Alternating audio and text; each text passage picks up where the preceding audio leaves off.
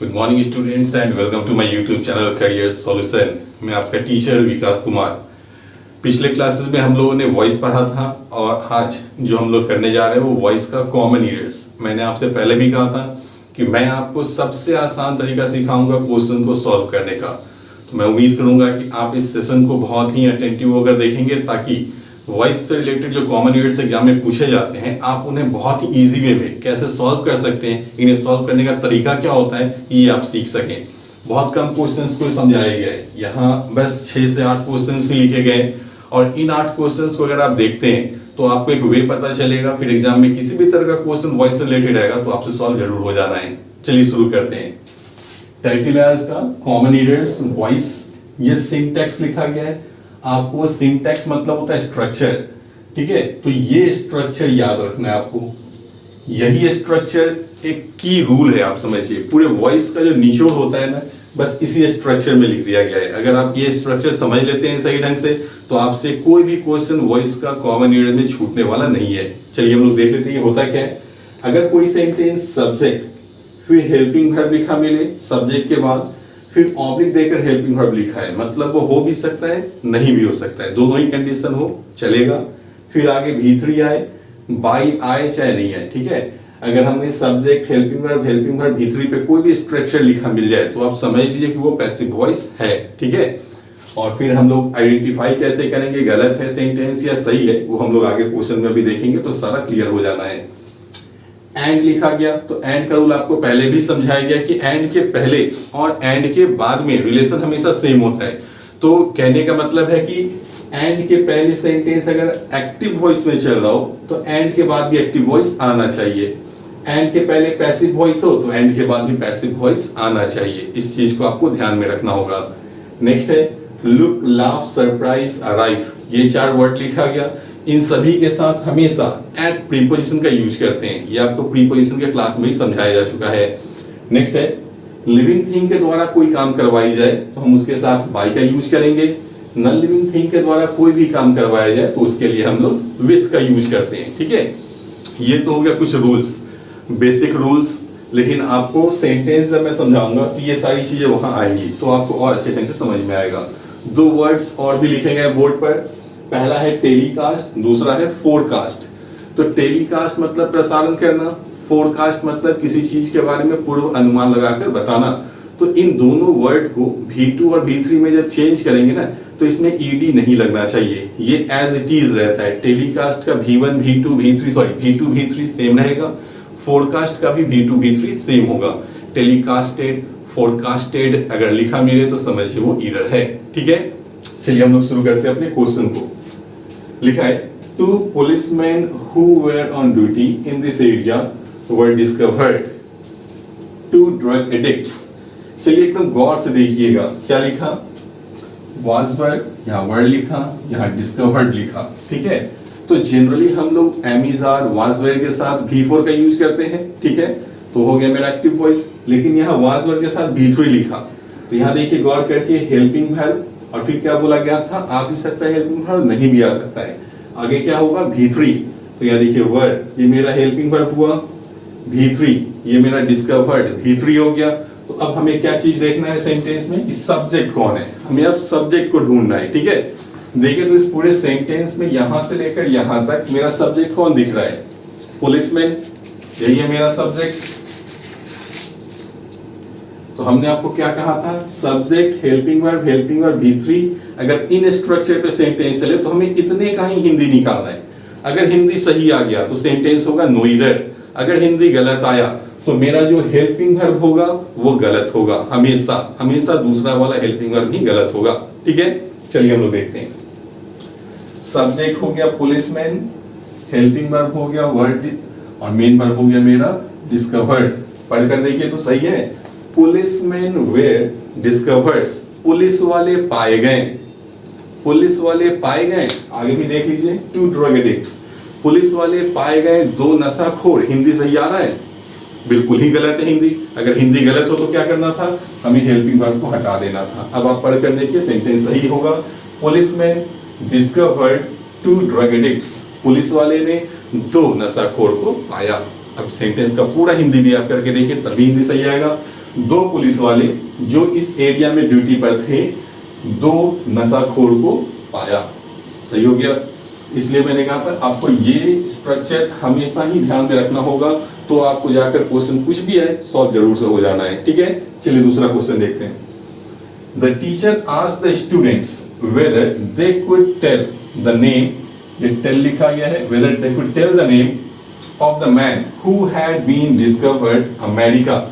चलिए गौर से देखिएगा, हैड हेल्पिंग वर्ब हुआ, ये हो गया हेल्पिंग वर्ब, बीन ये भी हो गया मेरा हेल्पिंग वर्ब, फिर लिखा डिस्कवर्ड, ये हो गया मेरा V3। तो जैसे ही ये स्ट्रक्चर मिला हमें क्या समझना है, ये पैसिव वॉइस है, तो हमें फिर ढूंढना क्या है, सब्जेक्ट। सब्जेक्ट देखिए तो क्या लिखा है, हु। अगर हु को नहीं मानेंगे सब्जेक्ट तो हु के ठीक पहले वाला मेरा सब्जेक्ट होता है। यही आप लोग सीख चुके हैं, या तो हु है तो हु सब्जेक्ट होगा, और हु किसको रिप्रेजेंट करता है, तो ठीक पहले वाले को। तो आप मैन को भी सब्जेक्ट मान सकते हैं। ज्यादा आसान होगा कि इसी को आप जोड़ लीजिए। ठीक है, पीछे क्यों जाएंगे, हिंदी निकालिए। हु हैड बीन डिस्कवर्ड, कौन खोजा जा चुका था, कौन खोजा जा चुका था अमेरिका। हिंदी सही आ रहा है, कौन खोजा जा चुका था अमेरिका। हिंदी सही है, बिल्कुल ही गलत। गलत हो तो क्या करना था, हमेशा बाद वाले हेल्पिंग वर्ब को हटाना है। तो ये पहला है, दूसरा हेल्पिंग वर्ब क्या है, बीन, इसे हटा लीजिए, सेंटेंस सही हो गया। पढ़कर भी देख लीजिए, हु हैड डिस्कवर्ड अमेरिका, किसने अमेरिका की खोज की थी, बताइए। समझ में आ रहा होगा, बहुत ही आसान तरीका है, बहुत ही आसान तरीका है, बशर्ते कि आपको ये स्ट्रक्चर ध्यान में रखना होगा। और जैसे ही आपको ये स्ट्रक्चर कहीं लिखा मिला दिखे तो समझ लीजिए गलती उतने ही दूर में है, पूरे सेंटेंस को पढ़ने का या देखने का कोई जरूरत है ही नहीं। ठीक है, चलिए आगे देखते हैं। She held something at her side which was totally hiding by the folds of her side। ये क्वेश्चन है, 5 सेकंड में आपको देता हूं, आप खुद देखिए और समझने की कोशिश कीजिए कि इसमें एरर कहीं दिख रहा है। देखिए एक बार चेक करके, She held something at her side which was totally hiding by the folds of her sari। फिर आगे है no error। चलिए हम समझाते हैं। ये तो इतना सेंटेंस लिखा गया। अगेन हम लोग पहले स्ट्रक्चर को देखते हैं। ये मेरा पहला स्ट्रक्चर था, बाई लिखा मिला। ठीक है, यहां देखिए बाई लिखा मिला। ठीक है, बाई के पहले मेरा वर्ब किस फॉर्म में यूज किया गया, V3 फॉर्म में। यहां देखिए बाई के पहले किस फॉर्म में यूज किया, V4 फॉर्म में। गलत हो गया, यहाँ पे होना क्या चाहिए था, हाइडिंग की जगह हिडन। अब पढ़कर देखते हैं सेंटेंस। सी हेल्ड समथिंग, हेल्ड का मतलब क्या हुआ, होल्ड का V2 हेल्ड, कोई चीज को रखना, पास में रखना, ये हो गया मतलब। She held something at her side, वो अपनी ओर कुछ रखी हुई थी। विच वॉज टोटली हिडन, जो पूरी तरह से छुपा हुआ था साड़ी के फोल्ड में। ठीक है, क्लियर हो गया ये क्वेश्चन भी। तो अब आप समझ सकते होंगे कि क्वेश्चंस कितने आसान होते हैं। अगर ये स्ट्रक्चर बार बार मैं फोकस करूं कि अगर ये स्ट्रक्चर हमें ध्यान में हो तो क्वेश्चंस वॉइस रिलेटेड कितने आसान हो जाते हैं, कॉमन ईयर्स। ठीक है, चलिए आगे देखते हैं। We had not been informed about the death of our beloved leader and torch bearer। torch bearer मतलब होता है पथ प्रदर्शक, जो आपको रास्ता दिखाए। ठीक है, चलिए हिंदी देखते हैं। Have been informed, तो ये मेरा हेल्पिंग वर्ब हुआ, ये भी been हेल्पिंग वर्ब हुआ, और informed V3 फॉर्म में यूज हुआ। तो यही हो गया हेल्पिंग वर्ब V3, और मेरा सब्जेक्ट यहाँ क्या दिया, V। अब इसका हिंदी निकालिए। बीच में जो भी कुछ शब्द हो हम बार बार समझा रहे हैं, उसे देखने की जरूरत नहीं है। तो वी सब्जेक्ट हुआ, ये हेल्पिंग वर्ब हुआ, ये हेल्पिंग वर्ब हुआ, ये V3 हुआ, इतने ही का हिंदी निकालना है। वी हैव बीन इन्फॉर्म्ड, हमें सूचित किया गया है, या हमें सूचित किया जा चुका है। हिंदी सही है या गलत है, हमें सूचित किया गया है या हमें सूचित किया जा चुका है। दोनों ही कंडीशन में हिंदी सही है, हिंदी बिल्कुल ही सही है। मतलब आंसर भी हमें क्या लेना होगा, नो एरर। आंसर क्या हो जाएगा मेरा, नो एरर। ठीक है, अब हिंदी पूरा का निकाल लीजिए। हमें सूचित नहीं किया गया है हमारे प्यारे नेता और जो पथ प्रदर्शक हैं उनके मृत्यु का। ठीक है, चलिए नेक्स्ट देखते हैं। A police inspector sent to my house and all the rooms were checked। ठीक है, गौर कीजिए सेंटेंस में एंड लिखा मिला, तो रूल क्या समझाया गया है कि एंड के पहले एक्टिव वॉइस तो बाद भी एक्टिव वॉइस, पहले पैसिव वॉइस तो बाद ही पैसिव वॉइस। कहने का मतलब है दोनों तरफ रिलेशन सेम होता है। ठीक है, चलिए यहां देखते हैं। एंड के पहले देखिए पुलिस इंस्पेक्टर सेंट, सेंट का मतलब तो हो गया V2, V2 मतलब ये एक्टिव वॉइस हो गया। And all the rooms were checked, was were के साथ यहाँ V3 यूज किया, मतलब ये पैसिव वॉइस हो गया। तो अब हम आइडेंटिफाई कैसे करेंगे कि एक्टिव वॉइस सही है पैसिव वॉइस? तो हमें हिंदी निकालना होगा, जिसका भी हिंदी सही आए। जैसे एक्टिव वॉइस का हिंदी सही आए तो एक्टिव वॉइस में दोनों तरफ यूज करेंगे सेंटेंस, पैसिव वॉइस का हिंदी सही आए तो दोनों तरफ पैसिव वॉइस का हिंदी इंग्लिश यूज करेंगे। तो ये देखिए, ऑल द रूम्स, ये मेरा सब्जेक्ट हो गया, ये मेरा हेल्पिंग वर्ब हो गया और ये मेरा V3 हो गया। All the rooms were checked, सभी कमरों की तलाशी ली गई। हिंदी सही है गलत? सभी कमरों की तलाशी ली गई, हिंदी तो बिल्कुल सही है। मतलब एंड के बाद पैसिव वॉइस और हिंदी सही है तो पैसिव वॉइस सही रहेगा। एंड के पहले जो सेंटेंस है इसमें गलती होगा, मतलब एंड के पहले जो एक्टिव वॉइस था इसे पैसिव वॉइस में चेंज होना होगा। सेंटेंस क्या बनेगा? अ पुलिस इंस्पेक्टर वाज सेंट, एक पुलिस वाला मेरे घर पर भेजा गया और कमरों की तलाशी ली गई, ये हुआ सही। अगर हम ये बनाते हैं a police inspector sent to my house, मतलब क्या निकलेगा?